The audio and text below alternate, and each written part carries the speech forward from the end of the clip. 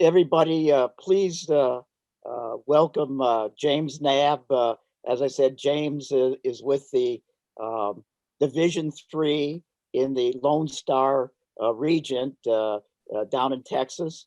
Um, and you'll see that James is probably looking at everybody on the screen. James is the right person to give the next generation of model railroading. And I've heard that this is a excellent clinic. So James, thank you for being here, and I'll let you take it away. Awesome. Thanks, Russ. Hey, all. Like you said, my name is James Knabb. I'm from Texas. I go to UTD, University of Texas, Dallas. I'm gonna be a junior there, accounting major, and I'm here to talk to you all about the next generation in model railroading. So what are we going to talk about today? We're going to talk about Gen Z specifically, right? We're not going to talk about millennials or Gen X. We're going to specifically talk about Gen Z. And we're going to talk specifically between people between 14 and 25. So sort of that student age, right at the beginning of high school, and then entering that workforce at 25. So the first thing I want to talk about is what are we going to expect for this generation? The first thing about this generation is that they're not really big into model building. They're not really model builders. Currently, right now, they're more rail fans that have smaller layouts, meaning that they're more interested in rail fanning, and model railroading is taking a back seat. That's their second priority, is model railroading. The next thing that we're going to expect this generation is this instant gratification part. And what I mean by instant gratification is two things. The first thing is they like things instantaneous. This generation has grown up with things that they can go Google things and find information within seconds. And so they want things more instantaneously done. The second thing is that this age group likes things efficiently done, right? Because they're the student age. And I can tell you something about the student age is that they don't have a lot of time and they don't have a lot of money. So they want things efficiently done. And the last big thing we're going to talk a little bit about, I usually put this in other presentation, is social media. How's the hobby going to change with the social media usage? And lastly, I want to point out is that all photos are actually sent to me by model railroaders that are my age. So everything you see is either my layout or somebody that's in this age range that sent me their photos. So the first thing I want to talk about, the second thing actually, is what is changing in the hobby right now with this generation? And the first thing is modeling preferences, layout design because of the modeling preferences. We're going to see new technology implemented. And then lastly, we're going to see social media take off. And so the first thing I want to get into is modeling preferences. In the last slide, the last couple slides, I talked about this one big thing called instant gratification, right? This generation likes that instantaneous and also that efficiency, right? So we're going to see more pre-built kits compared to scratch buildings on people's layouts. We're going to see more unweathered things compared to scratch buildings. We're going to see more easy track and flex track compared to hand laid track, right? I think you sort of see a theme right there, as I said those three things. And then lastly, we already know that Woodland Scenics is super popular with y'all's age group, but this generation really likes Woodland Scenics because of that instant gratification, that instantaneous trait, right? Because if you have their products, right, let's say you have their turf, you shake their turf, you know, on your plywood or whatever, and you spray it with their magic spray, and voila, you have a scene within 5 seconds. And I can tell you that really screams instant gratification right there. So this is the first picture I want to show you. And this is what I mean by a pre-assembled building, which is what I talked about at the beginning, right? Sort of something that takes 5 minutes to assemble, that instant gratification trait. You also see the Woodland Scenics spread out everywhere.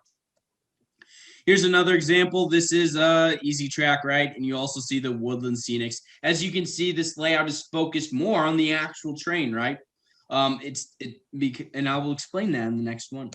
And I got ahead of myself on that. But the next thing I want to talk about modeling preferences is that this generation really likes rail fanning. And I'll talk about this later. But because of the pandemic, if you're a 16, 17-year-old who just got their license for the first time, there isn't really that much you can do. But one really safe thing you can do and go drive by yourself is rail fanning. And so over the pandemic, rail fan increased in popularity. And since rail fanning increased for this generation, their modeling preferences changed. And so since they're focused on the actual train by taking pictures of it when they're out rail fanning, they're focused on the actual train when they're modeling, meaning they're having less details and focused more on running the train. And since they're also rail fanning, you're seeing modern style modeling take place on younger individuals' layouts, meaning they're modeling things outside their door, everyday details. The theme is modeling what's around you, right? And that's what we're seeing. So, for example, this is my friend's layout. He's actually from Ohio. It's kind of close to y'all a little bit. But as you can see right here, if you see my red cursor right here, look at this area. Like I said, how he focused on the actual train. There's not a lot of extra details. Does everyone see my red cursor sort of circling this right here? All right, cool. So look right here. He doesn't have those extra details that we see on the MMR style layout, right? He just has some Hot Wheels and some little things put together. And if we transition over here where I'm circling, he's focused on the actual train. He has more trains than actual details on his layout. If we transition over here, if you see my red cursor, we have the pre-assembled building, right? You have the another easy assembled building. You have a ton of trains everywhere, meaning more trains than actual details. Look at the easy track, which I talked about at the beginning. And lastly, if you look in between the track, there isn't that much details. There's a little bit of Woodland Scenics, and that's it. Meaning modeling what's around you. Since he's out rail fanning, he mostly focuses on the actual train and he's taking pictures. Hence, it's going to his layout. So this is actually my layout from when I was in Minnesota in 6th grade, and I built this there. And as you can see, I have the pre-assembled track right here, this easy track. I have the Sunnyvale, Bachman, Plasticville thing or whatever that's really easy to assemble. And I also have a modern style engine. And if you don't know anything about Minnesota, is that there's a lot of biking trails. There's a lot of bike trails. And what they did for the bike trails up there is that they tore up old train tracks and put a bike trail there. And eventually those old tracks, which now became a bike trail, led to an active yard, meaning I used to bike 30 miles before I played soccer every day. So I actually went by an active BNSF yard almost every single day. And so since I saw a BNSF yard, I decided to get this engine when I was 6th grade. And I want to equate that or sort of analogy to baseball. If you go and watch your favorite baseball player at a game, you want to go collect his card. We're sort of seeing that with model railroading, taking pictures of rail fanning, right? Collecting the engines that you taking pictures of and putting it on your layout. It's another thing we're seeing with those modern style details. This is another example. This is my friend from Milwaukee. It's the bike trail situation apparently is similar to Minnesota, but you can see modeling everyday details. He has a bike trail that he's building right here. He has the modern BNSF engine because it's popular in Milwaukee. Next thing on transition over to is not focusing on the actual train, but another thing about modern style modeling is modeling everyday details. And one example is that this is my layout from when I was in 6th grade in Minnesota, right? I used to play a lot of soccer. Hell, I used to coach it, and I have a license on it for a coaching license. And soccer was a really big part of my childhood growing up. I used to go out to out-of-town tournaments over almost every single weekend, right? I went to Chicago, Rockford, St. Louis, Kansas City. Oops, skipped one. But the point is that model railroading and trains been hand in hand. And every single tournament I went to, I went to the local train shop and got a train. And so since soccer was a big part of my childhood, I put it on my layout because it's a everyday detail I see, hence modeling what's around you. This is an example when I moved to Dallas when I was 16. Here's an example of another soccer field I built. You can see the average detail I have. I'm 19, by the way, if anyone cares, but I have the average details around here. And this is an interesting fact that I like to tell people is that this layout doesn't exist anymore because over COVID, I fostered dogs, and we had a big red dog named Clifford as a foster. And if he was a puppy, he's 9 months old, he's huge. He got upstairs, got into the train room, jumped on the train room, and had a train layout and had a ball just destroying it. So this winter, when I was virtual, I had a ball redoing it. And so this layout doesn't exist anymore, but I always like to share it.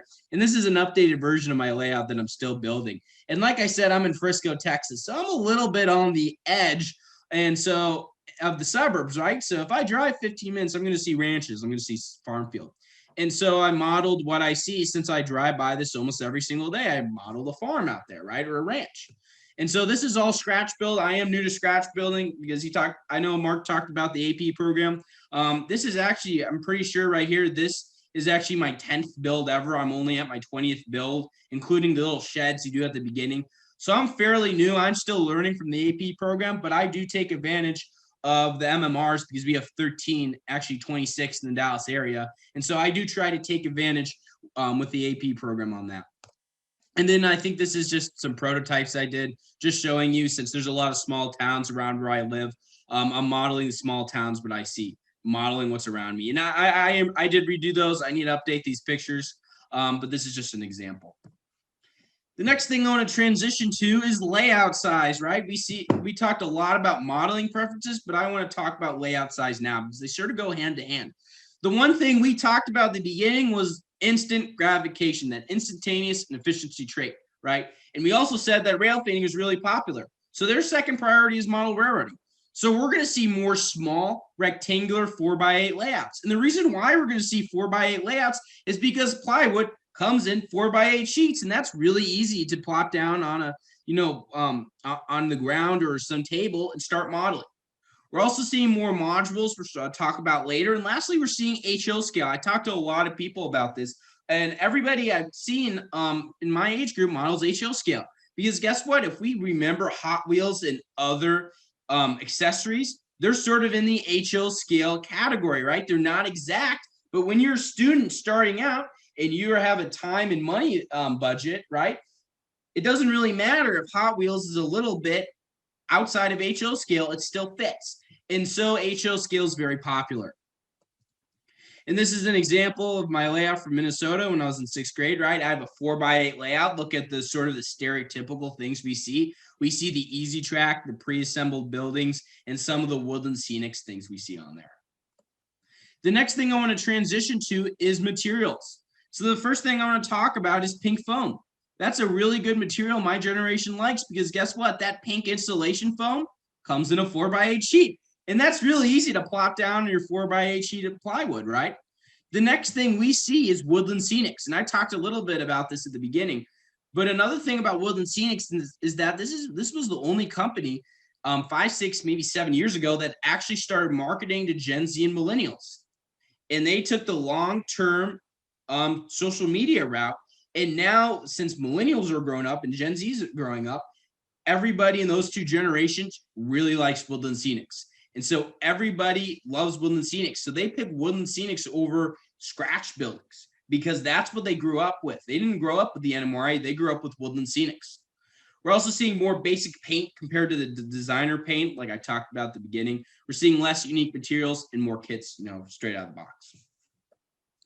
And I wanted to show you a couple examples of sort of layouts in motion, right? Getting prepared. This is my friend from Milwaukee. This is actually a 14x11 layout. It's a little bit bigger than 4x8, right? But it sort of fits that category of being small. And you can see two things. You see one, everything is pink foam. 2, modern style modeling. Let's look at this right here. That's a modern style engine. He's modeling what's around him. Look at this bike trail right here. Another example, which I pointed out earlier. He's got a bike trail right here. So this is a stereotypical layout you see. And we just go over here, and this is just another example. He's got a lot of pink foam. You can also see that he has Woodland Scenics risers in the background over here, meaning Woodland Scenics really got to us. And and frankly, I've seen a lot of people buy more expensive things like Woodland Scenic risers instead of making it out of pink foam or a material that they find around the house, which I find really interesting. And this is my layout when I just moved to Dallas when I was 16. Like I said, just wanted to show you what I started with. Next thing I want to talk about is past trending technology. So right now, the older people between our generations, right, Gen X and millennials, really like these technologies: 3D printing, DCC, phones and controllers, and Arduinos. I've talked to a lot of people in my generation. I have not seen anyone use Arduinos. And so I can't really comment about that because I'm not sure if that's a generational thing or if that's something they're going to grow into later in life when they have more money, right? But I want to talk about these other three first. And the first thing I want to talk about is DCC. My generation really likes DCC because guess what? It's basically your own personal train controller, right? And since this generation is focused on the actual train, DCC and also this, this modern style modeling go hand to hand. And so a lot of my generation really likes this. However, they like their phones a lot better, right? If you have a grandkid and you take their phone away, it is life or death until they get it back, right? I see a couple people laughing on that, and that's sort of my point of view as well. And so if a phone means that much to you, I'm seeing these companies come in and making apps to control your train on. And since everybody likes their phones, I think this is going to be something for the future that will replace DCC. And yes, it is going to be popular with my generation because if you lose your phone, it is life or death, right? The next thing I want to talk about is 3D printing. And a lot of people actually look up on the slide and go, okay, why is he saying 3D printing's out? And here's the thing, 3D printing is very popular with my generation outside of model railroading, right? However, if you are already into model railroading, a lot of my generation does not like it, that are already into model railroading because it's expensive. There's a lot of types, and it's a lot of prep work. And the one thing we talked about at the beginning was that instant gratification trait, right? And 3D printing right now doesn't really, boyd well with my generation. So a lot of my peers do try to avoid this right now. I'm not saying it's going to stay the same for the future, but right now my generation doesn't like it. And another thing, another thing is popular outside model railroading. I want to say that again. But another thing is that it's overused in everything. Because guess what? 3D printing went down in price. Now the average individual can use it. So schools took advantage of that. And since schools took advantage of it, they made it into a chore. Well, when you make something into a chore that's usually fun, you don't really want to do it outside of school. And so that's another reason why 3D printing doesn't really fit well with my generation right now. Next thing I want to talk about is trending now, because I get a lot of people talking about this. And the first thing I want to talk about is one thing that's really interesting right now is the 3D pen. It's basically an instantaneous version of a 3D printer that you can get for $40 on Amazon. That's really good. I actually did a clinic to this with Youth and Model Railroading National Meeting in March. They really liked it. And I also did this with the British region with Gordy's group just a couple months ago. But the one thing that's really interesting, and like I said, is instantaneousness. It's a glue gun, basically, right? But instead of it shoots out glue, it shoots out ABS or PLA plastic, so you can make standalone instantaneous structures. And I have a video right here that I borrowed from my 3D pen clinic of showing you sort of a standalone structure.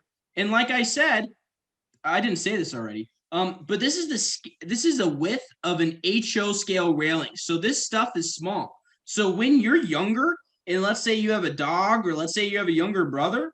Oh wait, no, sorry, never mind. I messed up on this. But here's an example of what you see on the building right here. You can use this for, in scratch building like I did. This is only my 10th build. Here's what I did for the 3D pen. I used the windows right here and over here as well. Now, this was the slide I was going to. When you're younger and you have sort of a younger brother or dog and they step on it or something, you can use a 3D pen to really replace this railing. And I think we still have this issue with y'all older people, but it's really easy to repair and create a new railing like I did. And so this is just an example. The paint's still wet, but I wanted to show you all that example. I need to redo those slides. I haven't updated them since January, so that's something I'm going to do after this. So the next thing I want to talk about is logo and sign design. And sort of like 3D printing, it's gone down in price, and now the average individual can use it. And since my generation grew up with this kind of technology, we can design professional logos for free, basically online. So let's look at this next generation railroad logo or whatever. It's a blog that I made. Now it's turned into a virtual group for college kids to talk about trains. We haven't really done any meetings a lot lately because, finals and everything like that. But this guy who I created it with, he's an NMRA member in Florida. He's another college kid, and he made these for free. And so this is something that I like to show people about this, because I'm showing that this generation, I talked a lot about at the beginning, that this generation doesn't focus on a lot of extra details like MMRs, but there's a couple of extra details that they really want to get detailed into it. So the next thing I want to show is another logo, a logo I designed. It skips Western wear. It's on my layout now. I don't think I have a building to show y'all. But I'm in Texas, right? And a lot of my family's from Texas. So I wear Western wear a lot. I wear, boots and, a belt buckle and jeans almost every single day. And so I had to put a Western wear store on my layout. And then this is an example. I was helping with Toy Train Operating Society. I was a member. I think I still am a member. Just helping create a new division in Texas. And I had a lot on my plate, so I really haven't done a lot of the social media for them. But this is a concept. But this is actually going to go on my layout, basically for a restaurant like Railfan Rooftop Bar and Grill or something. I haven't decided the name, but this is just another example of it. The next thing I want to talk about is scratch building, because a lot of us are probably going to have questions about, wait, does this generation like scratch building? The minority of us who are interested in scratch building use sort of the Jim Gore method, right? That's actually how I learned about cardstock scratch building. Cardstock scratch building is awesome because guess what? It's made out of paper. If you mess up, you get a restart with very minimum cost, right? If you mess up on basswood, you're going to go to the hardware store and pay those, outrageous lumber prices right now. And then a couple hours later, you can restart. And so my generation really likes this cardstock scratch building. And we're also seeing them use Google Earth and those photo editing skills that gone down in price for the average user, right? We're seeing them take pictures off of Google Earth and putting it on scratch buildings, hence adding to that modern style modeling. So this is an example that I already showed y'all. Here's just a little farmhouse. This is my 10th build ever. So like I said, I am very new to this. This is just another fun example. I also used the 3D pen right here to make it a little bit more rustic right here. And then this is a Lix. It's a building in Excelsior. This is my 6th build ever. I built this a long time ago. But as you can see right here where my red cursor is, this is the actual brick from Google Earth from this building. And so a lot of my generation really likes that because it's modern style modeling. The next thing I want to talk about is green screen, because guess what? If we look at Zoom, a lot of us sometimes have green screen or just have a background that we can put behind us. So let's talk about green screen a little bit. Like 3D printing and like the other 15 things I just talked about, it has gone down in price. Now the average individual can use it.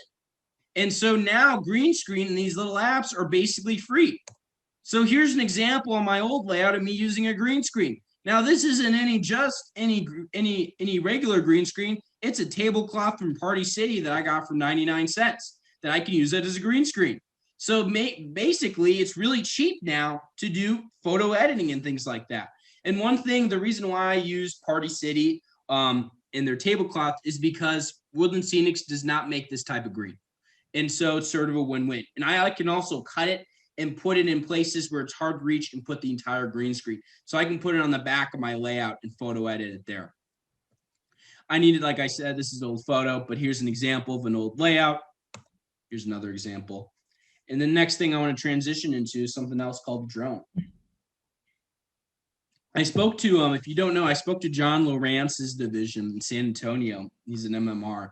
One thing that I showed them this presentation, one of the guys said, hey, why didn't you put a drone in there? And I'm like, what do you mean? And he explained it to me, and I looked and I researched and I talked to a lot of people, and a lot of my generation really likes the drone because guess what? The last 5 things we talked about, drones have gone down in price. Now the average individual can use it.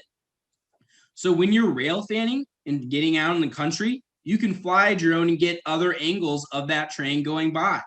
And so my generation really likes that because it can help them rail fan. Another thing for y'all older people is that you can use structure fanning, right?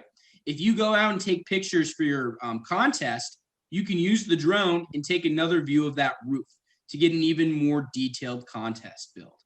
So that's just an example that I like to talk to y'all about. The next thing I want to talk a little bit about is rail fanning. Like I said at the beginning, when you're in the pandemic, it's literally increased in popularity. Model railroading has grown significantly during the pandemic from younger people. So model railroading has grown because of younger people, especially due to rail fanning. Because guess what? If you're struggling during model railroading in the pandemic because you can't talk to somebody one-on-one, you can go out and rail fan with people your own age and still feel like you're part of the hobby. And so a lot of younger people got into rail fanning because of it. And then they got into model railroading because they saw rail fanning on social media. And that's their first step in the hobby. So rail fanning is great because it's day to day, right? It's easy and it's a fantastic social distancing activity.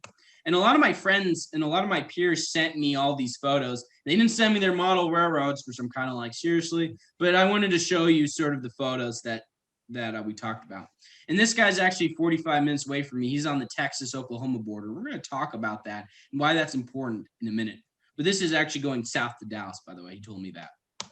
And this is my friend who created the Next Gen Railroads. He's an NMRA member, created the logos. He does Sunrail. He's traveled, I think, more than 3,000 miles on Amtrak before he was 18. So this guy is like huge into trains. So the next thing I want to talk about, and I have another presentation on this that I usually do. It's about post-COVID-19 model railroad clubs and things like that. But I do like to talk a little bit about what my generation is doing right now and what they're doing with clubs. So right now, what we're seeing is we're seeing virtual clubs pop up with my generation, right? That's a no-brainer because of COVID. Even before COVID, I put this on here. We're seeing more hybrid clubs, right? Day-to-day things are done on social media, and then maybe monthly meetings or weekly meetings are in person. And we have seen that actually outside of model railroading as well, which I go over in another presentation. We're seeing more day-to-day things, and we're actually seeing more people and younger people interested in joining a local train club instead of a national organization, because that baseball card analogy, right? You can go run your trains, go collect the things you go collect. If you don't have a big layout, you can run it on a local club. And if you and since this is the student age and they have a budget, they are interested in joining national clubs, but they don't know you exist. However, since they're on a budget, they got to pick or choose which one has more value, which one has more incentives for me to join, and those are the local permanent model railroad clubs around your community. And so you won't see a lot of national organizations with younger individuals like me because those train clubs have more incentives than national organizations. We're also seeing more modular clubs, which I'll talk about in a moment. But I want to talk about virtual groups real quick. Like I said, Next Gen Railroaders is a thing I created, a blog that turned into a virtual group. I haven't done a lot of Zoom meetings. I haven't done one in a couple months because we had one college kid present and his mom didn't know because he was home from winter break. And his mom came in the room and said, "You need to clean up your room." And everybody heard on the Zoom meeting, he's like, "Mom, I'm doing a presentation, leave me alone." And so we haven't had a meeting since, but we were going to start over the summer. But another thing we're seeing is rail fanning groups. Because rail fanning got so popular during COVID, we're seeing these rail fanning network groups. I created one for the teens in Texas. I'm not anymore because it's a text string with 40 to 60 teenagers in Texas constantly talking about trains. So for example, that guy I talked about at Oklahoma-Texas border, he says, "Hey, there's a train coming into Dallas." And so all the Dallas people come out and take pictures. And when all the Dallas people get done taking pictures, they say, "Hey, it's going down to Houston or San Antonio." And when you have 40 to 60 active trains around Texas, rail fanning is not a 6-hour activity anymore. It's a 30-minute to an hour thing because you have a network of guys and girls constantly telling everybody where the train is going to be. And so that's another reason why rail fanning got so popular. The next thing I want to talk about, and a lot of people have questions about this, is yes, there is a national organization for youth in model railroading, 18 years old. I presented the 3D Pen Clinic at their national meeting in March or whatever. But right now they do local divisions in person. They're doing in person, and they have national Zoom meetings. I'm not sure if they're doing one for Zoom yet. They did one for May. But I think if they continue doing national Zoom meetings, they will be the first official hybrid organization model railroading. The next thing I want to talk about is social media. Another way that younger people got into the hobby was through social media because they grew up with Woodland Scenics. They grew up with the social media. And so because they're so bored, they're on social media during the pandemic. And they see people taking pictures of rail fanning and starting into the hobby. And so now there are now millions new Gen Z and also millennials and Gen X modelers, which is the parent age, hopping on social media and now in the model railroading community. The issue is is the model railroading community is growing. The clubs are actually dying because the clubs are not out on social media. And I do talk about that in different presentations. But I do want to bring that up because a lot of people have questions on that. The last thing I want to talk about is modular clubs, right? I think we all know what a modular is, but I want to go over this real quick. Modular clubs are great for beginners in any age, especially for Gen Z, because guess what? First thing off is instant gratification, right? It's a little 2x4 thing. If you mess up, you can start over and you can have another module done within an hour. So it's not time consuming and it's easy and something to do that's unique to get in the hobby that doesn't break the bank, right? Another thing I like to talk about is easy to store. Like I said, I'm going to University of Texas for accounting, and I live 20 minutes away, so I'll stay at my parents' house. But if I decide to go and live on campus, I'm going to join a module group and just put it under, my dorm bed, right? And so it's easy to store.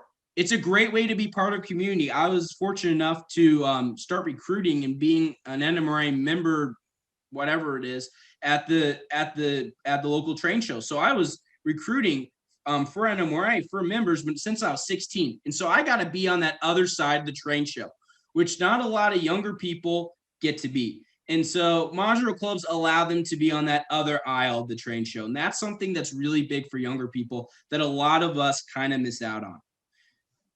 And also it's a great way to be part of the community. But that's it. That's my whole clinic. I usually have this shorter. I made it about 30 minutes because I get a lot of questions. But if you're taking anything away from this, it's modeling preferences, technology, social media, and also rail fanning. This is my contact information if anybody has any questions or wants to chat. But I'm going to stop sharing my screen. And if anybody has any questions or comments or anything like that, I'm happy to answer anything.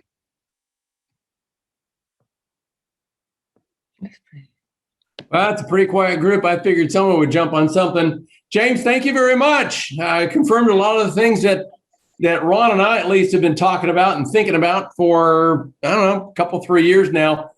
Question for you. You talk social media. What platforms? All right. So like I said, I have another entire presentation on that because I literally get a ton of questions about that. I'm the local social media chairman for my division, and I use Instagram and I use Facebook. And for the division meetings, I started posting about in-person division meetings pre-COVID, and we got thousands of views. Like one time we got 16,000 views. So social media does work. So Instagram and Facebook. And y'all are already on Facebook, but to reach that younger audience, 35 and under, I would highly recommend getting a Instagram account, posting your club photos, posting about your members' accounts so they know that you're different, that you're stand out in the organization so they can come join you. All righty, that's what I wanted to hear. You mentioned guys and gals, males and females. What's the percentage?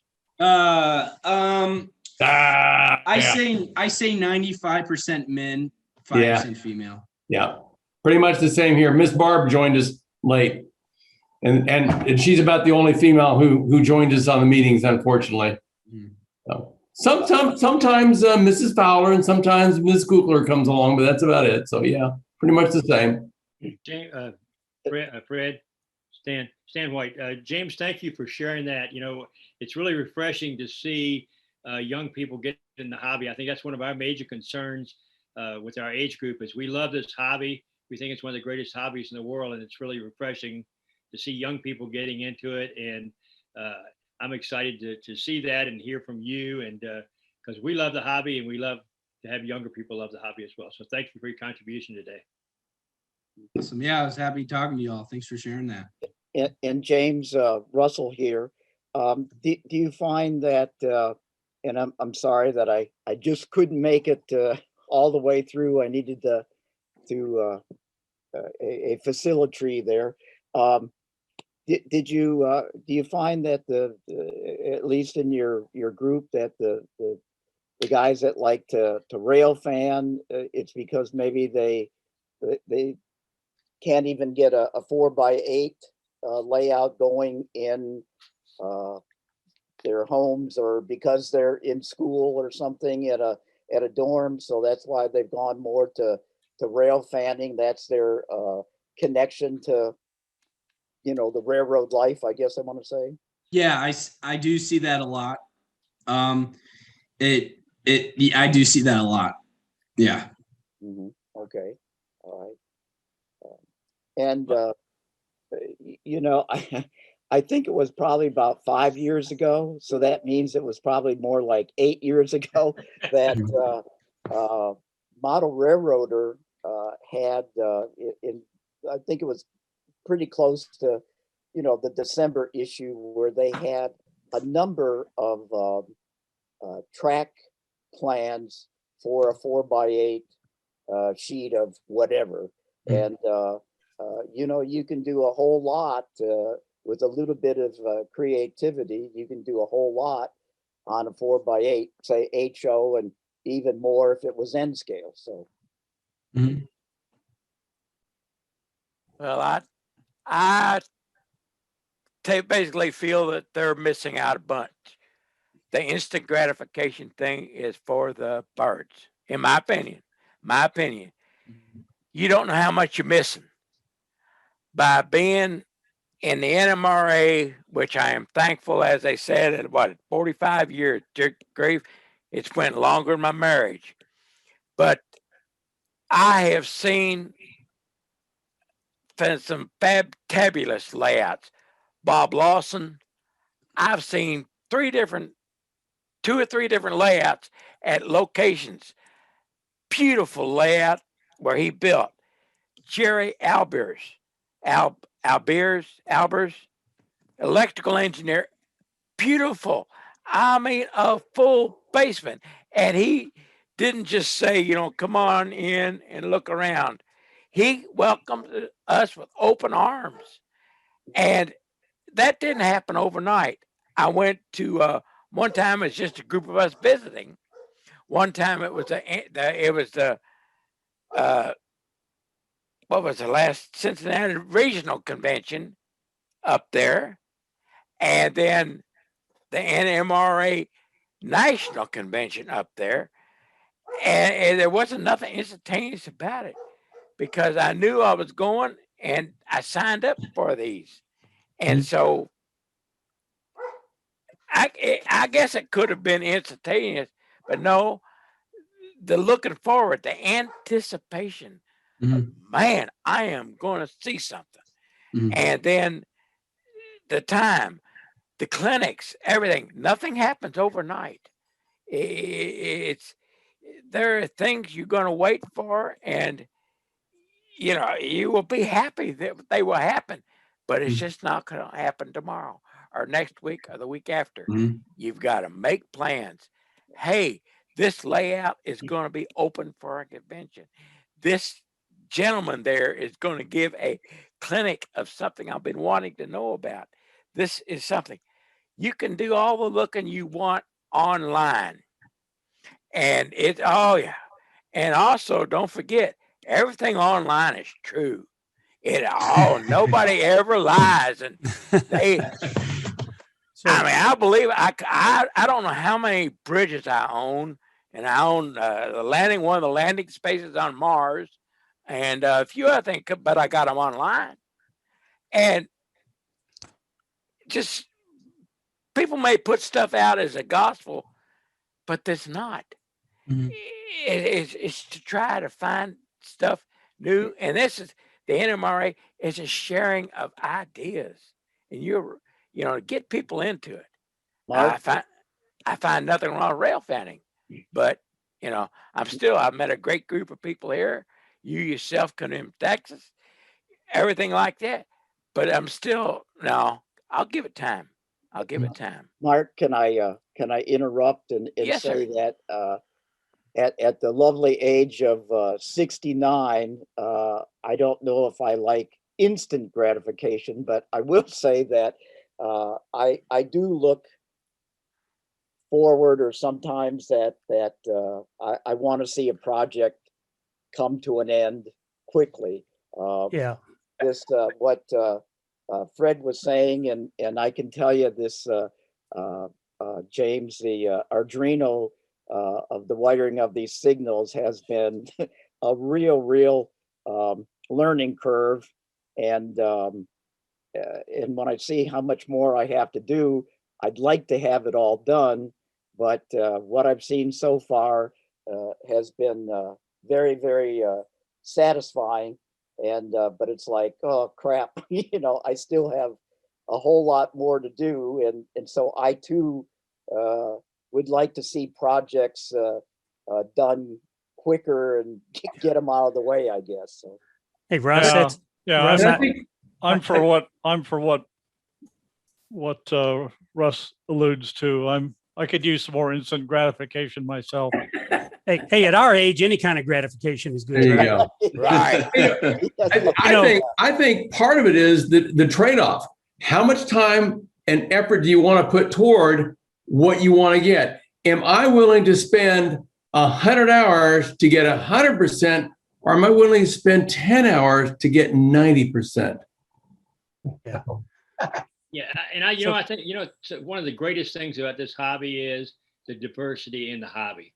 Absolutely. It's so open to anybody's point of view, and I just relish that anybody wants to get involved in this hobby. Whether it's, I love instant gratification too. That's why I love Woodland Scenic stuff. That's why I love scenery. I can instantly have something that looks like a real forest by just putting Woodland Scenic stuff on. So I like that as well. So, but I applaud you, James, and if that's what it takes to get into this hobby and bring young people in, amen. Let's go for it. And that was really why we wanted James to come along. Absolutely, Stan. You put it in that nutshell. Absolutely. I think that James's clinic is very hopeful. It takes me back to when I was 16 with a loop of brass track and running what I could afford to. And, there's 2 points. One is you have to start somewhere. This is a place to start. And the second thing is that it will, if you keep doing it, if your friends of your age keep doing this, model railroading is in good shape because they will move on to the other stuff. There's always something new in model railroading, and it blows your mind away as you discover it. No, really, I appreciate your clinic. Thank you very much for taking us back to how the heck do people get into the hobby? This is how they get into it. And it works. I've been hooked. How many years now? 50. Did they have calendars that go back that far, Rick? Yeah, I know. But I joined the NMRA in 1963. Now I did have some good examples of model railroading because I was railroading with Alan McClelland and other people who, in their era, they were the master model railroaders. They were doing beautiful work, which was inspiring. And I couldn't do that at 16. I didn't have the money, didn't have the time, didn't have the knowledge. But, then you aspire to progressing. And it's a great ride. And James, I hope you enjoy it as much as I. I'm still amazed. I didn't know Rick was ever 16. Daggone, learn something every day. Rick's been old as long as I've known him. Little skinny kid, you wouldn't recognize me. Hey, Rick, I still remember the 1978 article you and Charlie Bucola wrote. He photographed it. You wrote it. Railroading under a chandelier, 1978. Yes, I have seen that. Yeah, I was in my second, James, I was in my second apartment, and the space I had to model railroad was a living room and dining room that were 24 feet long. Mhm. So I built a 24 by 4 layout, and it was a sample of a layout that I wanted to build someday, testing out scenery, and by that time I was a little farther along in model railroading, and I was airbrushing and stuff like that. But Charlie was kind to take the picture. We kind of made fun of the experience because it was a real shock to a lot of people to walk into an apartment and see this sample of a model railroad. You probably didn't entertain many dinner guests during that period. Well, there was room for a table. When my parents came, we did. And let's not get into those stories. But yes, a lot of people thought I was crazy, and I'm sure that a lot of the girls I dated were put off. I wasn't even born in 1978. James, let me ask you, you mentioned in a couple of your slides about modular railroading interest in your generation. What kind of modules are we talking about? T-track or HO modules, or what type of modules are of interest? HO scale, and I see a lot of T-track. N-scale T-track? When we say T-track, Is T-track. Excuse me? Is N-scale T-track. Okay. Yeah. And that's the most common one. So, Yeah. yeah. Okay. Yeah, because I mean, there ain't nothing more instant gratification than here's a kit to build a box, put the track on it, and we're going. Hey, Yeah. James, I have a question. So Thanks. your cadre of railroad buddies who are your age, Mhm. how many of them are members of the NMRA? Because, that can be a rather, and Yeah. I'm trying to think, I've been a member for over 35 years, but when I was your age, I couldn't shell out the money to belong. Mhm. And I didn't. So I guess you're a member. You mentioned the achievement program, so you have to be a member I to am. participate in that. So what percentage of your buddies, your rail fan buddies, your modeling buddies, who are members of the NMRA? I always get this question tonight. One other, and I know people in like every 50 states. And it's mostly about one. No one had. This is a newer generation. They did not grow up with NMRA. They have no idea what NMRA is. They have no idea what it stands for. I say only about 5% of people in millennials and Gen Z and model railroading even know what NMRA stands for. Oh, that's not good. And see, none of them know about what's the 6-month plan called, Fred? Where you can The 9 months. 9 month, See, what is What it, is- under $10, I think it is. what is that called? I forget the name of it. Rail pass. Rail pass. Rail yes, pass. Rail pass. And that is a bargain. I mean, they don't know it. yeah, well, that's what I mean. But unless you're doing, Well, I talked about Woodland Scenics, right? About how they're marketing, and like for the past 5 years, I'll say this about all clubs. They haven't really gotten to that stage where they're ready to market to the younger generations. Like even TCA, NMRA, all those national organizations are in those same boats. So it's not just NMRA. It is all the organizations. They haven't gotten the stage of marketing to outside their bubble. And when they start marketing outside their bubble, absolutely, there's going to be a lot of people who would love to join the NMRA. The issue is right now they don't know about it, and so the only thing they do know, because they are younger, is rail fanning. So they're sticking to rail fanning and modern modeling. Actually, the only organization that is growing, every organization nationally is on the decline. Mm-hmm. The only one that's growing is the AARP, because we're the baby boomers and we're getting old. Right. I use my arthritis is kicking into type on the computer. Oh, Well, that's one of the things I used to enjoy when I was a past member of K-Sons, and I think Bob Kugler can probably that too. We set up the layouts, the Amtrak in New Albany Public Library basement. had a week down there. And like I told everybody, some of the guys, oh, what kids. I said, no, bring them in. I will forget the grown-ups. I will go to the kid every time. One of the things we had a problem back when I was a kid, and there were three of us, and we eventually inveigled ourselves into some of the like Monday night work groups. But it took me a while to realize we were the age of most of the guys' kids. Okay.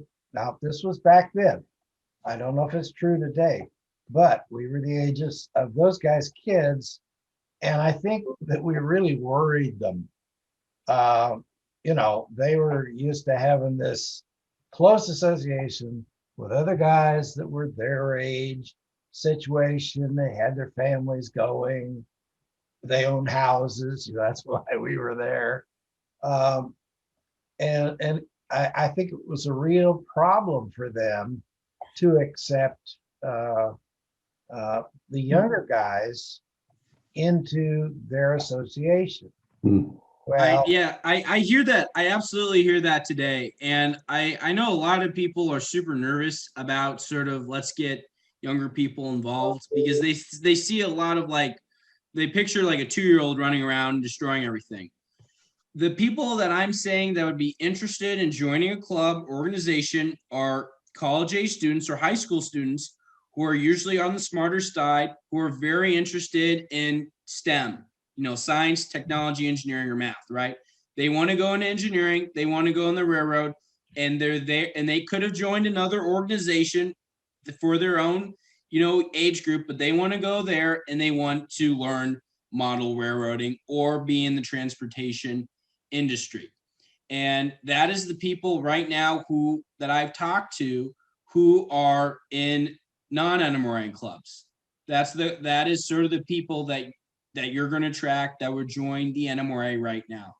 Sort of people who are a little bit more mature for their age and don't want all the extra crap of, you know, dealing with other teenagers. And that's who the people that you would attract. I do want to just say that real quick. Hey, Yeah. Jane, this is Barbara, the token female right now. Good luck with that accounting thing. I did that myself.